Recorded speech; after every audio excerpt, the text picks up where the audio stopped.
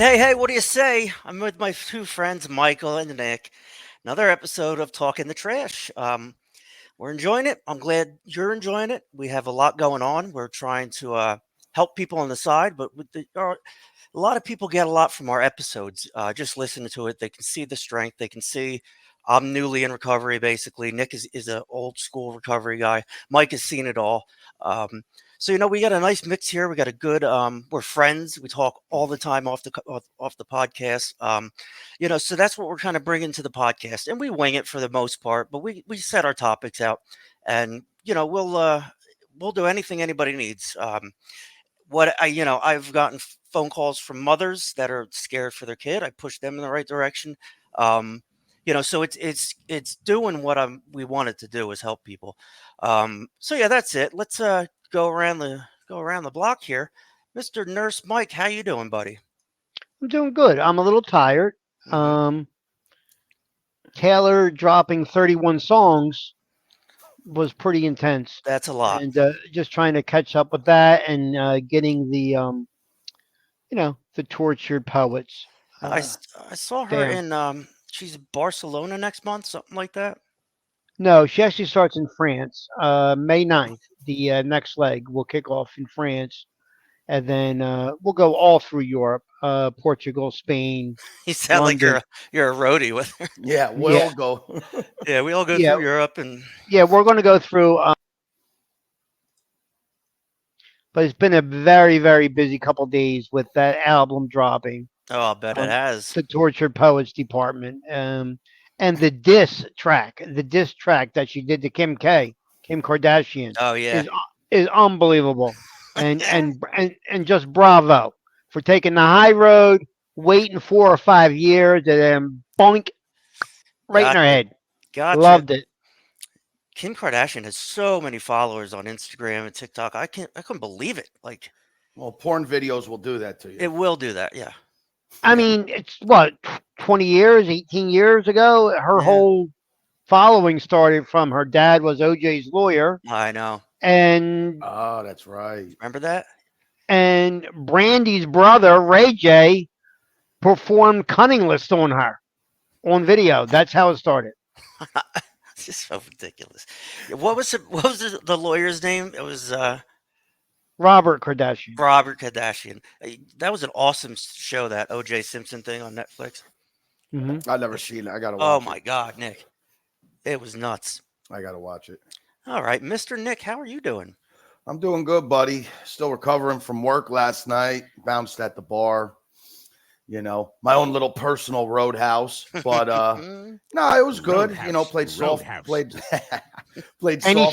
Swifties getting carried away at the bar? No Swifties. I actually don't let Swifties in. It's a good But point. You could probably nah. grab them like 4 or 5 at a time. Yeah, but I played softball day yesterday and then worked all night, slept, so just recovering today. Yeah, So it's it's good. recovery day. You play softball Yeah. tomorrow too, right?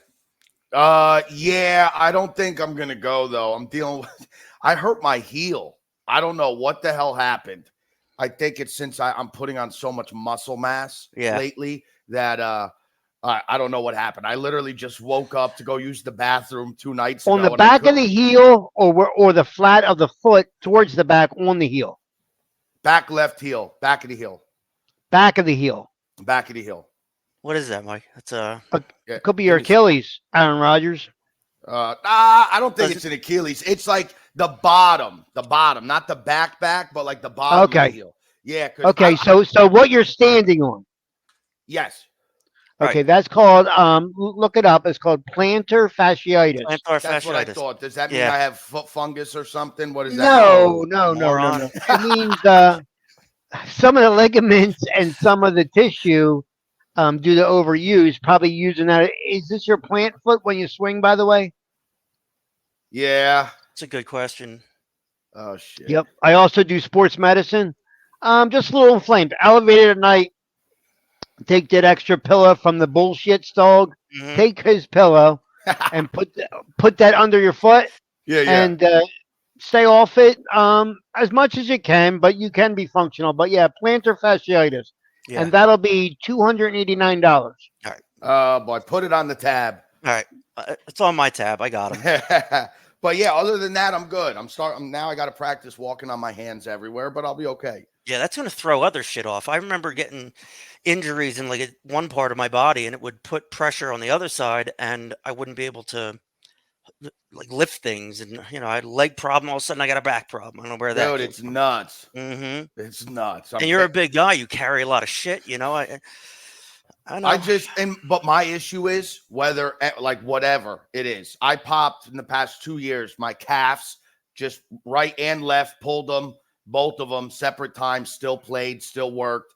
Rolled my ankle, like a top tier sprain last year. Mm, Never stopped playing, working, maybe for 3 days, yeah, still going. So I'm just a hot mess. yeah, you're a hot mess. It's gonna catch up to you, but Yeah, we'll it worry is about it when we get there. well, you're gonna wake up one day and be like, "Fuck." Yeah, it's that time. It's that time. When I was 33, I was dealing with all that shit. I was working for UPS. I was a mess. Yeah, I remember I had surgery for UPS. I had my left knee done, and I had a blood clot, and that hurt in the calf, and that hurt Mhm. worse than the knee. It was unfucking real, Mikey. Why do you get blood clots after surgery? Is there a vascular thing that I'm not getting? But like it was in my Uh, calf. lack of movement, um, lack of peripheral movement Hmm. on the limbs. Most times it'll go through. That's why it's important to have the compression socks on or the vibrating Velcro sleeves that they'll put on your legs Hmm. and inflate periodically to keep the pressure on and off of that area and keep the blood flowing. The blood's Yeah, not flowing down there I get when you're being dormant like that I get post that. That hurt surgery. like hell. They put me on blood thinners like Plavix or something like that. No, You're it's lucky that could go right to your heart. I That know. that clot could go to your heart and die, or your lung. Usually they give you an injection in your belly when you're in the hospital Yeah, and going to like lay in bed. It's called heparin. heparin. Yep. Hmm. My wife is on that through her entire pregnancy with my second Hmm. son. So the whole moral of the story is anyone who works at UPS, make sure you are on insurance. Oh yeah, without a doubt. UPS is miserable. When I got in my accident, and I'll be clear, like when I got in my car accident, it started a lot it started my addiction way over again. Sheesh. I destroyed this car. I woke up out of a coma 2 weeks later. It was bad. So like my God point bless of you. it is it kind of ties into what we were talking about with Nick. I had such satellite pain. Like I broke 6 ribs, I broke my scapula, I broke my neck, C3, C4. Um, but like I would get pain elsewhere because I'm compensating for my broken ribs. Broken ribs are fucking terrible. Holy shit. Mm. They took 6 months. So, I'm a drug addict and they knew it and they didn't prescribe me anything. But, that's how Suboxone came along. It's a dual thing for me. It's got analgesic properties, so it doesn't it does some pain relieving stuff, but Not all the pain relief. no, it Trust doesn't. me. Mm-mm. It's not full pain relief. No way. But enough. It's the only thing you can give to an addict that like you can't give him Percocet, you can't give him Vicodin, you can't morphine. That's all off the table. So like Some tried tramadol in the beginning because it was a synthetic, but no way. I took tramadol till I had a seizure once. Yeah, that shit's horrible. But yeah, like breaking the neck and having no outlet for pain or no fix for pain. That's all I could do. So that's how I got mixed in with Suboxone again, and that stuff saved my life. I wouldn't be sitting here if I didn't take that because I was in so much pain. I wasn't sleeping, and I would have taken any opiate that came across the table because I was Absolutely. I was in a lot of pain. So like people that look at Suboxone and say, "Well, you're not really clean. You're not really doing the right things." Kiss my ass. I am as clean as they come. I'm sharp. I'm witty. I can do graphics. For anybody that thinks that's not an okay route, reevaluate because everybody's dying, and what Suboxone does is it takes the option to use off the table. So knowing I'm on Suboxone, I come across an Oxy 40, pointless. It would be pointless. To use it would be blocked. It would be a waste of money if you bought it. So like it was the smartest thing I could do with the things I was wrapped up in after the accident. So, I just wanted to touch on that because people Well, And you think, have a visible plan and have enacted that plan to step yourself down right, from it. Right. You're not increasing. You've been decreasing where, it's going to get to the point where it is just a Tylenol or so Oh yeah. for your stiff bones that you've busted up all over the Yeah. street. You know what I mean? So, I'm pro Matt. We all know that already. Yeah. But I'm also pro only if you have a way Yeah. Exactly. I agree with you. I mean, out. I am scared for the day that I stop, whether it's a year or 2 years from now. I am scared of the pain element. That's a normal addict thought and a normal addict pre. I I call that a pre behavior. Yeah. Always like a squirrel for the winter. Want Yeah. to plan on their nuts being for the winter. Yeah. It'll be fine. Nobody's going to make you sick on purpose. Nobody's going to make you in a lot of pain on purpose. I'm So not as long afraid. as you know that, Yeah, I do. I've come off Suboxone in the past. Maybe when I was using it for 2 3 months, I went to rehab and they brought it all the way down. And I wasn't on anything for a while, but I'm not afraid of the withdrawal, and I don't think it would be too bad. I've been in opiate withdrawal several times, and just pushed through it. So I'm not afraid of the withdrawal because they step you down on Suboxone. It's got a half life of like 72 hours, so whatever. It's easier to come off it than other opiates, especially if you step down. Um, the symptoms are more drawn out, but they're less intense. They're there, but they're not as bad. So that's not what I'm afraid of. What I am afraid of is like my scapula and all the things that I can kind of feel now. They're gonna be not addressed pain wise. So I got to do something. I'm gonna talk about Suboxone. I do have to do something for when that day comes. And I don't know what that is. I don't know if that's I don't know, gabapentin or Flexeril or whatever, but I'm going to need something. So that's a scary thing. Knowing that this is doing something for pain and taking opiates off the table, it is a scary thing, and I'm legitimately scared for it because I don't know what the pain is like. I do know what the pain is like. I wasn't on anything when I first got the accident, so the pain is horrifying, and so yeah, I'm afraid of what to do. I guess I'll work with my doctors on, I don't know, Start therapy. making a plan. Yeah. yeah. And one of the things that a doctor said to me when I was in physical rehab, and she really changed things for me was she said, "We're going to start you on Cymbalta." I Oh said, yeah. "Okay," and that has two for the psych portion, depression, anxiety. It's a psych med, but also has a second level to it, which controls nerve pain, specifically cervical neck pain.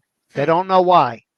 So I said, yeah, I'll try anything. I can't move. I can't start physical therapy Yeah. until this pain stops.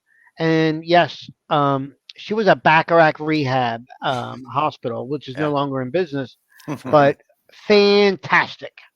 So I'm still on Cymbalta to this day. Maybe that keeps me from going off the Well, I mean, you never know. Like I know Cymbalta. I was deep on that. end. That was the first psych med I was on years ago. I know it as a SSRI or a SNRI or whatever.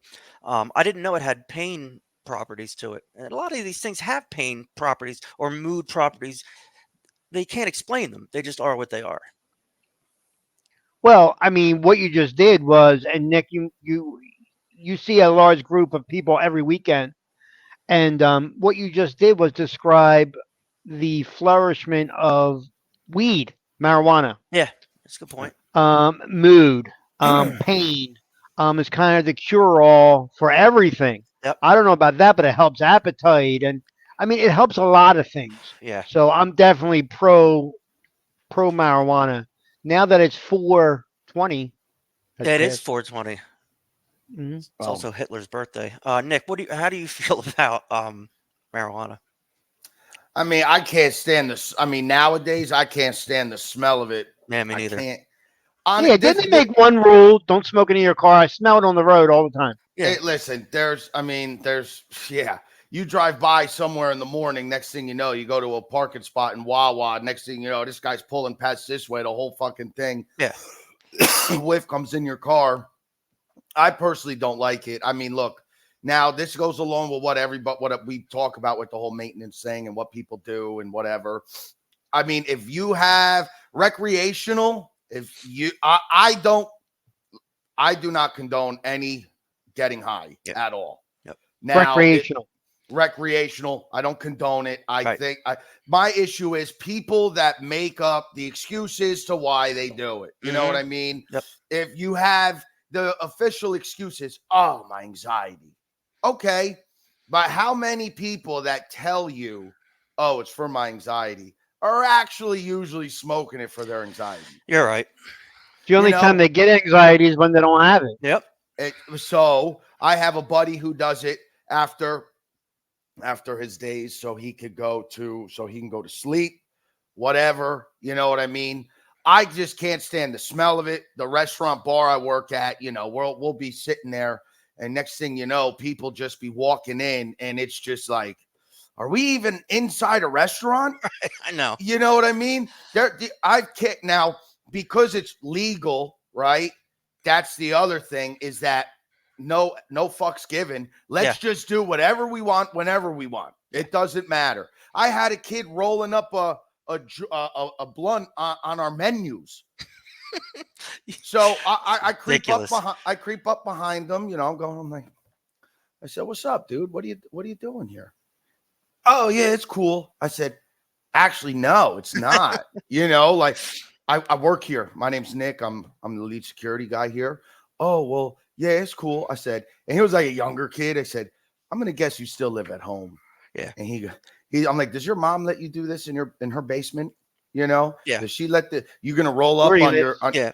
yeah? Are you gonna roll up on your mom's kitchen table? Some Yeah. people, yeah. Some people, no. So I said, I Right. got an idea. Get the frig out of here. You're Mm-hmm. rolling it on our menus, but because it's so normalized now and it's legal, there's no they just do whatever they want with it. Well, like I don't understand why they have to smoke it and have what was it? It smells like skunk or whatever. Like I'm not a fan of the smell, but like Dude, it's terrible. why do you have to It smoke is. it It is. anymore? It's recreational. Buy pens, buy gummies. Like smoking it should be a thing of the past. Like I don't get that. Like I guess it's Roll right. a habitual thing with like potheads to roll it and smoke it and do the whole thing. But Yeah, like I there's don't know. no reason to smoke it anymore. Just eat it. Like that's a way Ev- better high. Listen, everybody's got their thing. People have their bongs. People freaking hit the pens. People roll the blunts, the joints. You know what I mean? Yeah. Everybody's got their twist. Yeah, I get it. Regardless, just keep it away. I can't stand the smell. Yeah, it's rough. And It's I funny. used to be a Yeah, stoner to the me, core. me too. I can't stand it now. I can't do it. Just like cigarette smoke. I mean, here and there, you're around it. You're like, whatever. Most of us now, Tim, you don't smoke. Mike, you don't smoke. I'm a vape guy. So yeah, geek bar. Here we go. Oh, Geek Bar. Yeah. So All blue. three of Edit us. that Yeah, out. I'll take that out. Blue. Yep. So, but now you smell a cigarette. And you're like, ugh, that's terrible. Yeah. Oh, It's on your clothes now. It's just not. It's nothing about it is appealing to me. You don't realize how bad it smells and what it's doing until you fully stop it for like a month. And then all of a sudden Yeah. you smell somebody and it smells fucking terrible. And you didn't think it was that bad when you were smoking. You were just like, whatever. It's horrendous. Yeah. And all my clothes stunk, everything. It was everywhere. I'm like, oh well, I smoke the outside. car. Oh The yeah, the car. car Everywhere. for sure. You You're, could get yeah. that. Can't So get it yeah, out. no, it's stuck in there. So yeah, I mean, the smells of these things. You're right. Cigarettes, weed. It's like such a. I mean, we talk about triggers, and how there really aren't triggers per se. There's these events that happen that start a series of events. But like, yeah, I mean, there was a time when I would smell weed and want it, and smell a cigarette and be like, oh my god, I wish I had that. But being as far removed from them both, it's not even appealing to me. Same thing with drugs. Like I look back a year and a half ago, and I couldn't imagine not using drugs. Like I couldn't. Like that was my thing. That was my anxiety. Mm-hmm. My depression. Now I got all my like I'm nuts. I'm wired 10 different ways from Sunday. You know what I mean? But I found my niche, my cocktail, my whatever it is. I'm 41 years old and I shot heroin. I'm gonna be fucked up. My mind is not gonna be as sharp as it should be, or my faculties wouldn't be about me. So it's a long way to get to this point. Um, But like you said with the cigarettes and the pot, you look back and you don't think of that fleeting moment where you got high. You think of the destruction that comes from using that first time. So Hmm. I don't know. It's funny what can trigger you down the line. You know what's crazy? I was talking to this kid last night, young kid, 22. And the one thing that gets me though in recovery is when people say, "Hey, I was addicted to this, not this." Right. Right? I was, yeah. So my ex, oh, I was, I did meth, I shot dope, I did pills, but I was not an alcoholic. Right. Has, but when she would drink, oh, it's I'm okay. I'm not gonna go do this. This Yeah. kid last night, it was crazy. Me and him were talking. Young kid, 22, barely goes out, but he's smoking cigarettes like crazy. Yeah. So I looked at him. I said, "What? It's cold out. You just had about two in a row. Settle Hmm. down. Go to fucking side. Where it's warm." And he's like, "Yeah, I only smoke when I When I drink." drink, yeah. He's like, "When I'm home during the week," and he's like, "I'll go out once a week, every other week," and he's like, "That's when I smoke." And he goes, "I can't stand it, but when I drink, I just do it." It just shows how when you're drinking or you're on another substance that's not usually yours or your drug of choice, whatever it is, all systems go. Everything changes. You Just know? you really hit it on the head, Nick. I remember there was a time where I was clean, but I would go to a bar every 2 weeks. Like that was my drinking. And I would want to do cocaine. I would get drunk and I'd want to do a line. I don't know. That's just how it was. And like I used to do the same thing. I would go to a bar and I only smoke when I drink. I don't know what that is. It's like a sets of mentality. Yeah. I don't get it. I mean, I do kind of get it, but I just don't understand how. Like and like I look at it now, I wouldn't. I don't want to smoke pot now. There's a time if I didn't have it, forget it. So like you evolve, or I've evolved away from marijuana, away from opiates. Like you get to a point if you keep doing it right. There's a light at the end of the tunnel, and I'm not trying to preach. I'm just saying what worked for me and why I'm See, here. you guys are both describing as addicts in recovery what you can choose and need to be around to make your personal journey, your personal recovery, Hmm. your own. Yeah. Here's something I need to segue to because we never really talked about this. I was always at the desk watching it happen. I have my opinions on it. I will chime in, but I really would like both of you guys to describe what a new relationship is like while you're trying to be clean and this person is trying to be clean too. Like the cigarette and the drinking thing. Well, Yeah. if you're trying to not drink and she fucking smokes like a chimney, how's that going to fucking work? Right. I that's a burning question I've had in the recovery community, and I'll give it to you guys now to kind of fill me in on what the early days of relationships are like for two new people, not people that are Right. around each other. Obviously, if your wife smokes and you quit drinking, and that's one of your triggers, you got a lot to work out Yep. between you and your wife. Yeah. But I'm saying when you're choosing partners, even in rehab, that they would fall in love, believe it or Oh not. yeah. The hypersexuality, we'll get into that. But I really want to know, Nick, about the girl that you're talking about, your ex, um, that did meth, but her problem wasn't drinking. Well, Get, this is seeming to be a meeting. So I'm Nick. I'm an addict. Hi, Here we Nick. go. So yo, so now my ex, who was, I mean, we're going to visit this topic shortly with her, but she was one that was on the maintenance. She hung out, but she wanted more. So you go, it's like you go soul searching. Yeah. You know what I mean? I am good at listening. I'm very aware. I'm always paying attention half the time. And then you end up going to do, I just start seeing the way she was moving. So she had an issue with at one point online shopping. She Mm-hmm. started compulsively online shopping. Right. So I, out of just knowing, I'd come home from work, packages. I come inside, packages. I go upstairs, new bed sheets. I go here, new pictures of llamas or whatever the fuck it was. You know what I mean? But it's the behaviors. I mean, Yeah.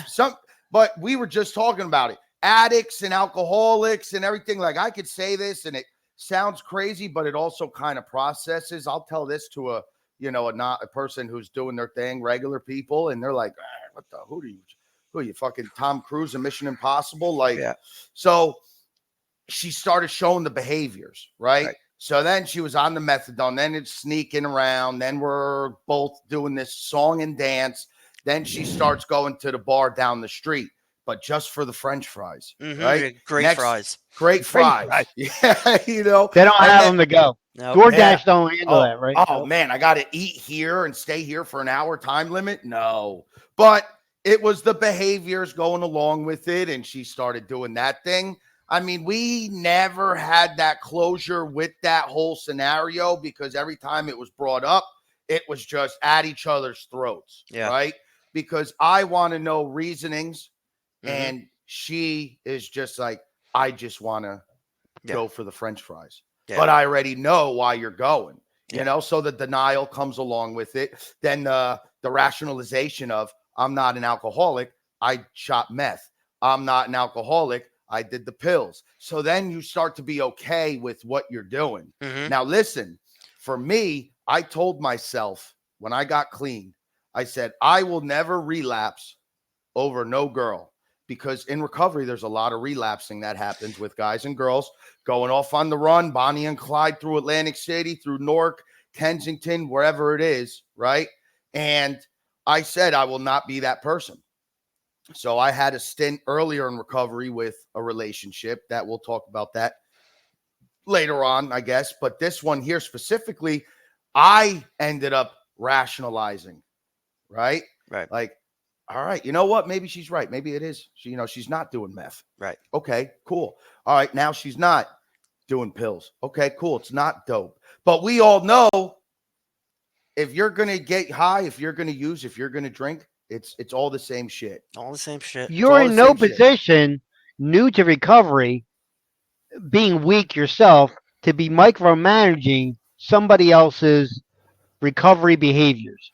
Well, and this is crazy. This wasn't even early in recovery. This was like, at this point in time, this was at like right after I got out of my Oxford house. So I was just hitting the 2-year mark. Yeah. You know what I mean? So this was like the middle point of my recovery, 2 years to like 3.5 years clean, Right. But if you want to, and obviously that ended up real bad. We ended up getting into crazy stuff, couldn't even stand each other. And, something that started so great, we can't even look at each other. Wow. Where is she today? I mean, she was sleeping with my neighbor, so that didn't help. You know what I mean? Yeah. So she was living there for a while. Last time I seen her was like a year ago. She brought my dog back. And her family was great. I have no ill will against her family. Me and her just had our issues. But I know last time I checked, she, I didn't go check. I ran into her dad, of course, at Wawa. But all seems to be good, So if she's good now, somehow she wants to become like a recovery specialist like we were, which I personally do not see happening. But who am I? But that's something else I wanted to ask you both.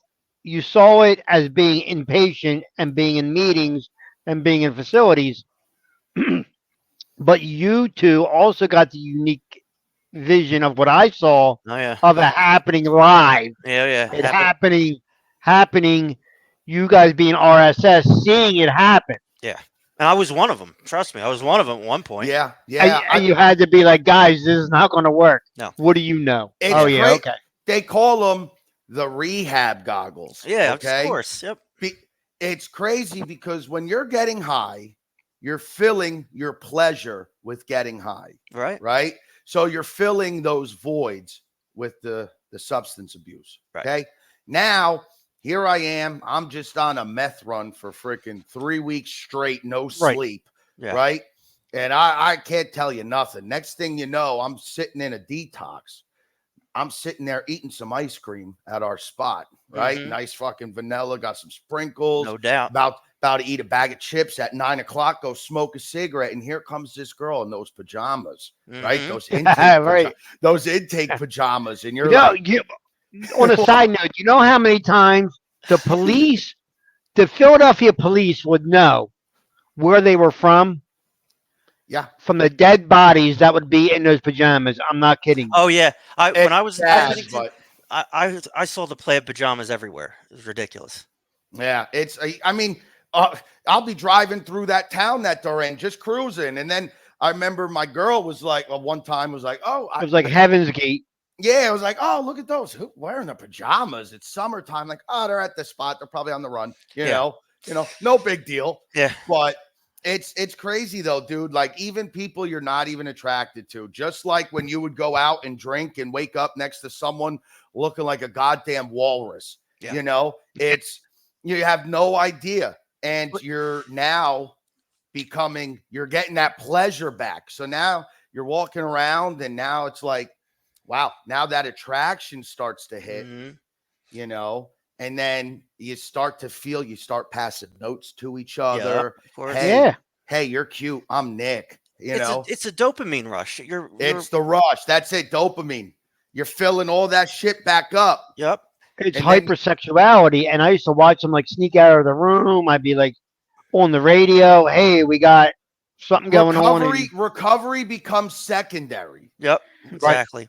at that point. So Mhm. even people who are highly motivated people going into treatment now will become unmotivated, Right. not all the time, but will become unmotivated when they see something that they think they like. Half Distract. of them are even in relationships already. Half Yeah. of them are married. Half of them got whole families, whole kids, everything. You take But that rush away and you replace it with whatever it is, gambling. If you're in rehab, it's the other sex. It's like you're looking to fill that void, and relationships are the worst way to do it. I mean, you catch feelings and forget about it. it's And in that it, spot where you're talking about, where we all worked, they didn't start out and didn't open up having men and women separate. They were in Oh the yeah, same, I had a right girl next across to the each hall. other in the Yep, room. yep. Uh-huh. I used to call that elevator the VIP room. We got so filled up. VIPP. We got so filled up once that the second part of the elevator, the L2, entire second part was male. So it was a psycho. It was nuts up there. I mean, what do they expect? Wolves in the hen house.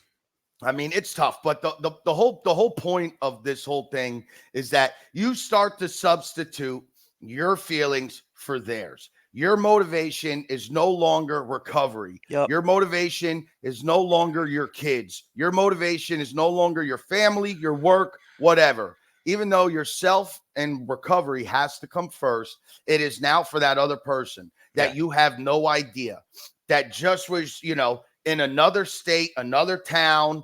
But you know what it is? You compare and you like each other. Yeah. Like, hey, I like your shoelaces. Oh Mhm. my God, I'm in love with her. It takes the simplest compliment. Why? Because our self-conscious, we value ourselves so low. Yeah, no Your doubt. self-esteem. Your The self-esteem. self-esteem. Yeah. Now we're so low, and here's, I don't know, Rebecca from fucking Jamaica, Queens coming down here, freaking telling Carlos from freaking wherever the hell he's from, I don't know, hey, you're cute. Hey, let's pass notes. Hey, let's run. There's a bus stop right outside. Yeah. Okay, I have no money. Okay, I'll call mom, or I'll go, find change in the smoke area. I Find don't it fucking somewhere, know. yeah.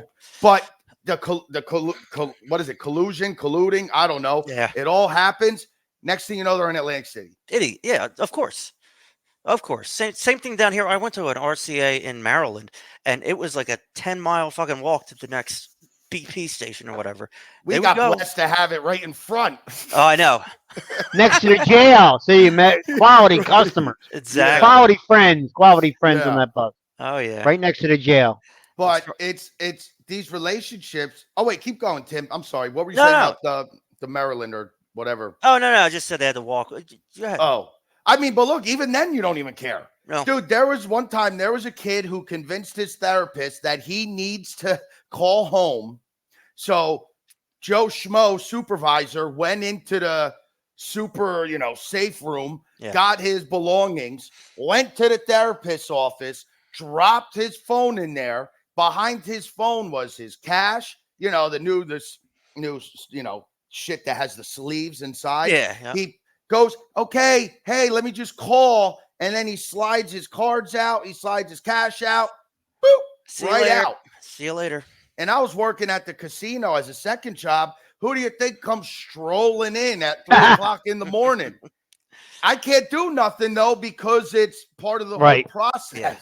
So I'm just like, oh, boy, here we go. Yep. And then what do you know? They show up 12 hours later. Yep. If they're lucky, they make it back. Right. Most of them don't. But Yeah.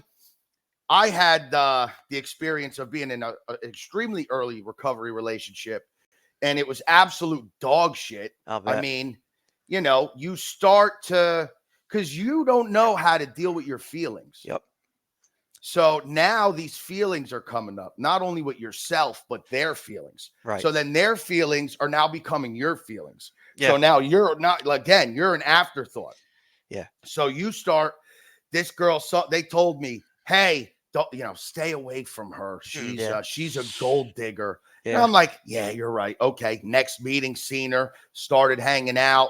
Well, it was a love story from there. She kept sleeping with her sugar daddy. She had a new car every week, but she loved me. And I'm like, I don't get this, but I'm all about it. Buying me cigarettes, taking me here. I don't get it. But I'm all about it.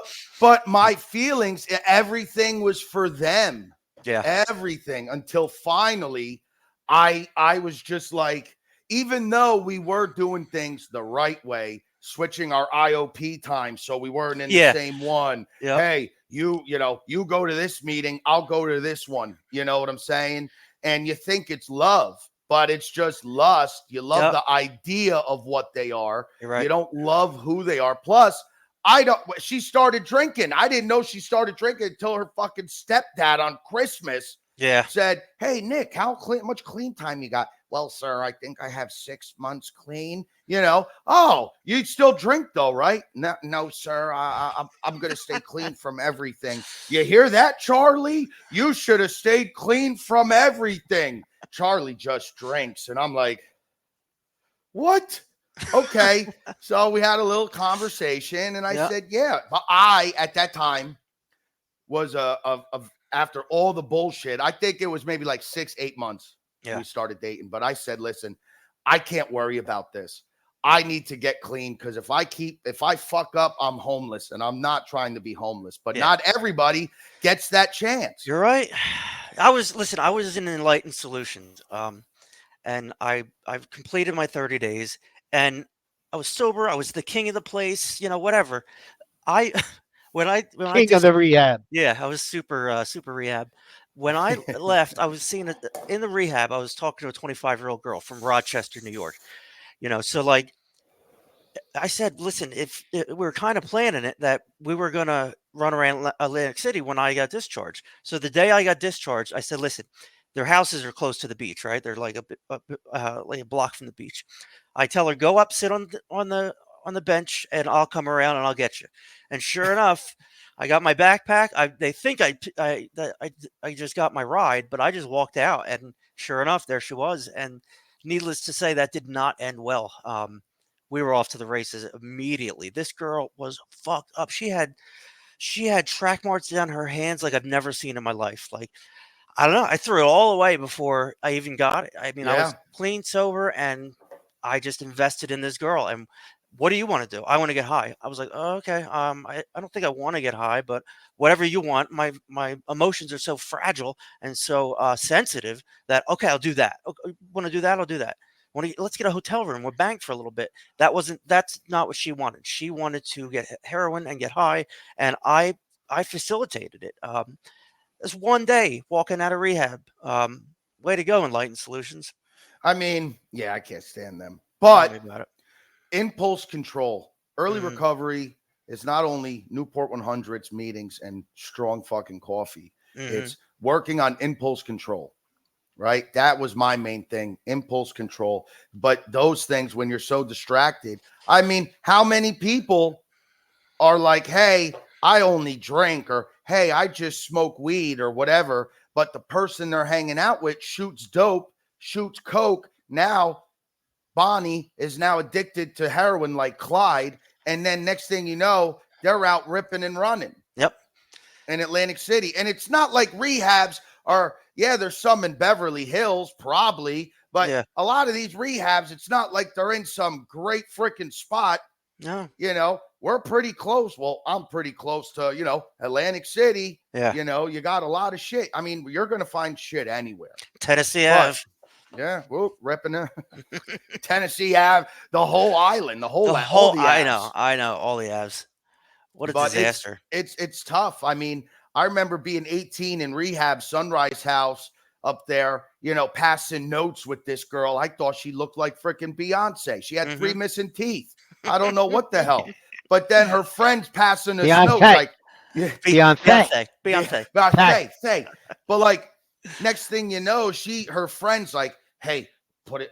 We got notes in locker 34. Okay. So then we go to smoke. You got to look around. Note in a locker 34. Yep. Next thing you know, hey, I hope you're okay with this.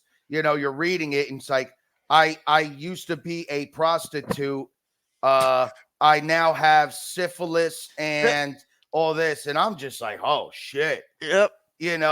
But here I am sexualizing this woman, and I'm like, I'm all about it. And then you're like, oh shit, like I'm not meeting this girl at the mall. Yeah, You we're know not what thinking. I mean? Like I'm in rehab in North Jersey for a month, and I know I'm fucked up, but this Yep. girl's got X, Y, and Z.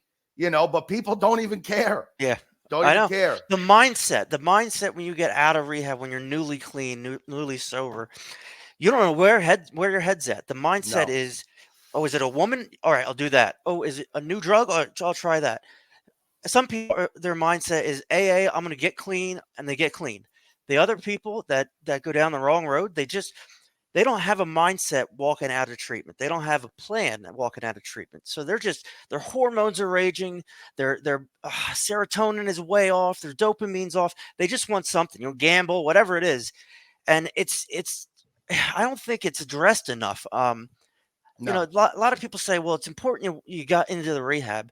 You need to do what you need to do while you're there. I think Yeah, well, navigating the rest of the people exactly. is tough. Like when I was at the third place that we haven't mentioned, when we opened it, it was in a good spot across the street from the hospital. Mm-hmm. I might as well say the name. It was Boca, Yeah. and Boca was done a little different, and Yeah. it was great actually. Yeah. They had the right mix of Fun. everything. Yeah. It was kind of like not too strong, not too. It was a good place, and Yeah. is a good place. And that's something else I wanted to. I was trying to shy away from as we do this podcast was quantifying and giving kudos to certain doctors or certain places or certain events. But let's call it what it is. Boca had it right, has it right Right. on what it's doing. Right. I would recommend them to. And if anybody ever has a question for me regarding something like that, they can always contact the show, and Yeah. I can address it on the next. I Yep. don't know if we've ever said that Not really. you know I mean, I got something I'm going to send your way now. Honestly, like, yeah, the show is a contact for you. If you need something, if you need advice, if you need to figure out where you're going, what you're doing, we can point you in the right direction. We're not clinical, and we're not, but we are. or even Well, something you'd like to see us discuss on the show. If yeah, you have for a sure. something that never made sense to you, you maybe have a question for the show. We would try and address it. Just leave your contact so we can touch base and make sure it's legit. But yeah, I mean, you guys got to see and the same behaviors that you were doing, Nick, and you were doing, Tim, in rehab. Now you had the police, the residents, Yeah. and the clients from the same thing. Right. Yeah. Did you get any further? Saying, look, dude, I was you 3 years ago. I was you I 4 years ago. Don't do it. And Yeah. they'd be like, they couldn't hear, right? Yep. Listen, they got tunnel vision. I Yep. mean, when you're walking around with an erection for freaking 30 days straight in freaking the rehabs, I mean, what's going to happen? You're not listening to anything. No. I was a guy, and if I listened to everybody, like I said, I'd be a fucking astronaut. I'd be Yeah. the president. These people, you have to touch the burning freaking pot to figure out it's hot. You know, they're You are not the going to president listen. of a moving company, though. I am. Well Yep. said. Thank you. He Highway is. Moving and Transport Services, the only way to President. move. That was good. Good segue. But it's you got to do it. They have to figure, as much as it sucks, they have to figure it out themselves. I had a guy met in Sunrise House. I went to Florida, to a different state. His little rehab romance that he had, okay? I seen her gallivanting around at the beach with this other guy that was in rehab. She told the guy that I knew, you know, Joe Schmo, Yep. hey, yeah, down here, it's great. You should come down. You should come down. You're going to love it. Then I go down and she's with this guy. And he's now calling my cell phone from the pay phone with a pay card, you know. Hey, Nick, it's Joe Schmo. I'm trying to get in touch with, you know, whatever. I was going to throw out a bunch of curses, but I'm trying not to. But I'm going to get Candy. trying to get in touch with Candy Cane, and it's not working out. She's not answering. Meanwhile, I just seen her at the beach. This guy is going to uproot his whole life. Yep. To go down with her, the girl, with the idea of the female that he fell in love with in the 2.5 weeks of detox and treatment. And he was going to uproot from Jersey to Florida. Yeah. For what? To go with this girl that showed him attention. And that is the main reason why people are addicts, are alcoholics, because they act that way. They react that way. I know I did. I did some crazy shit. Like, you were looking to fill that void. And if it's major and you're just changing states and uprooting your life, you're bound to go down. You are setting yourself up for failure. How can I take care of somebody if I cannot take care of myself? That's a fact. 2 dead batteries don't start a car. You know what I mean? I remember sitting in a vehicle with Charlie and her getting me a pack of cigarettes with her, whatever the frig he was, his money, right? So now we're on our way to her Oxford house, okay? So we both don't even have a place to live. No. We're both in recovery houses. I have no money. I have no job. I have 30 days clean, 60 days clean. She's now on the phone with him, talking to him about all this shit. And then she's like, I love you, to him. I remember I was like, you know, like wiping my eye, like, oh my God, what do I do? And it's like, so I can't provide for her financially. I can't provide for her mentally, spiritually, anything. Anything. So what the hell am I doing? Yeah, it's insanity. It's you look back on it and you're like, what was I thinking? Like, I'll tell you. I'll tell you what, boy. And you never were able, and you guys were never in your support staff mode ever able to stop somebody. Well, everybody has different opinions, especially working there. I could tell somebody, hey, stop talking. If I'm at a job, I'm going to go by what the rules are to the job.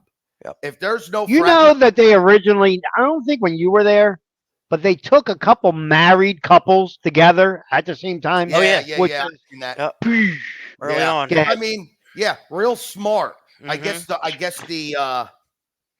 what do they call it, was down. The numbers were down. Census. The census might have been at only 107, you know, but it's one of those things where they had to put that fence in between the guys' area and girls' area at one point. Then they made that the COVID unit. And then you got the girls in the gazebo. And then you got this. Fence. Yeah. Wow. Yeah. Next thing you know, I'm surprised we didn't find a glory hole with some of the people that were working there, because I'm a stickler for the rules. You say no fraternizing, there's no fraternizing. You go to F over there. You go to F over there. Okay. But then you got Supervisor Joe Schmo one day. I'm out there and I'm like, Supervisor Joe Schmo, well, I need you. And then his radio's not on. I go outside to the smoking area. What do you think? They're all singing Kumbaya fucking Ya at a picnic table, Joe Schmo's got his feet up, Yep. and it's guys and girls sitting on the guy's lap, and Yep. the F is going on here? It So come Joe Schmo was chasing a nurse, probably. yeah, without yeah, a doubt. well, yeah, I You know, hope so. the waves come and go in those places. You'll get a couple that were just running, like they don't even know each other. They just come in together. It happens a lot, especially when they have insurance and there's money on the line. They'll make it happen for you. Yeah. So I don't know, guys. Good show. I appreciate you. Well, I got one more thing. One more Yeah. Go thing. ahead. I'm Yeah. sorry. No, go ahead. So Go, Nick.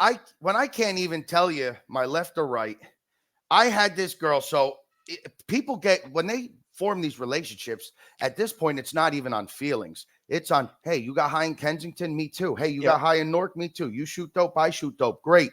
I used to get high with a girl named Jenna, right? When I was 19 years old. We would get high all the time. Great conversations. I think great. I don't remember. It was a long time ago. But I'm like, let's actually not get high this time.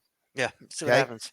We literally sat next to each other on the couch on opposite sides and didn't say one word to each other the whole entire time. Because as you are getting high, you do not know that person Yeah. how they are. Yep. When you're sober and they get high, you do not know how that person is high. Yeah. You know, It's a great so point. everybody develops these relationships. You could go anywhere. Well, I was gonna say go to a bar. No, Yeah. don't go to a bar. Don't go to a bar. But go anywhere. How many people talk about they could compare off the weed they smoke? They could compare off of anything. Yeah. Has nothing to do with anything legit, but what drugs of choice they have, what they do for work, everything. Yeah. It's never what the actual shit is. It's always like the surface level stuff. Yep. So this is important stuff for people newly out of rehab. Um, Relationships. It's tough to navigate it when you get clean. So these are the things that we like to touch on and bring to light because it just happens. Feelings happen, bad decisions happen, and it's costly. It can cost you your life, and I've seen it. Yeah. So it's really important to be aware of. You're not there for another girl. You're not there for. You really have to have the mindset while you're in treatment to focus on what's important and figure it out for yourself. And unfortunately, half the people there aren't there for that. Half the people there are there for that, pretty much.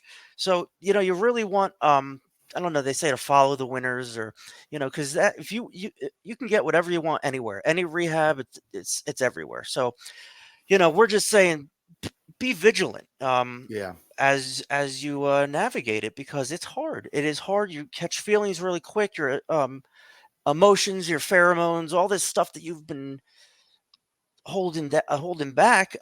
They're all coming out in a rush, and it's hard to figure that out if you don't listen to like shows like us or Mm-hmm. your counselors or the people that are there. You really want to prepare yourself for discharge for the day you walk out. Be so different. so important. Yeah. Be different. Don't go to what you're used to. Go Mhm. for things that are different. If I told you my circle of people that I hung out with and still talk to, you would think it's crazy. You know what I Yeah. mean? If I was on the street, a lot of these people, and I was using and stuff, I wouldn't talk to some of these Yeah. people. Is there Right. anybody in the in your big softball league program that I know it's a recovery league that you used to Mhm. run with? Yeah. And what about that? Say that again. Is there anybody that you used to run with back in the day Oh, honestly, in the no. league? I, Most I, of them probably dead, right? Yeah, I mean, Yeah. listen, I lost count on hands and toes. You know what Yep. I mean? The Me people I used too. to use with. I moved down to Atlantic City because of a kid I used to get high with. He's now back to getting high, but he went and got clean. Me and him used to get high together when we were younger. He went his way, I went my way. He ended up getting clean, and I hit him up and I said, I forget what happened, but I ended up hearing how he came down to Atlantic City to get clean. So my options were Florida or Atlantic City. Yeah. So I said, you know what? I'll choose Atlantic City. Fucking terrible idea, but Good idea. Yeah. yeah, Florida or Atlantic City. But I had a plan to stay close. Right. But, here I am 7.5 years later. He was down here, convinced me to come down. I was down here for 2.5 weeks. I didn't see him again. He moved back up north, Yeah. But that was really the only person that I seen, Right. that I got high with. And that was a lot of people. Half I'll the people I got high with, I didn't even know. Oh, yeah, exactly. I couldn't tell you. I could be sitting right next to him at a diner. I couldn't tell you half the Yeah. time. It's funny how the fucked up things we'll do in active addiction. It's Russian roulette. You're either going to die or end up in jail or rehab. So it's really important to stay vigilant about what you're doing when you first get high. Um, Thank you guys. I appreciate you. Like us on Facebook. You can follow us on Instagram, on TikTok. We got it all here. You just if you want to talk to somebody in particular, let us know. Um, but yeah, we do appreciate your support, and we're here for you. So all Yeah. right, guys. Nick, I'll see you later. Yeah. Love you guys. Great Good job. job, I Mike. was fired up. This episode got You me all fired up. you did great. Thanks. Michael, I love you so much. Guys, take care. We'll talk. Peace We'll out. talk soon. Let us know Peace out. Taylor's next move. I got you. Talking trash out.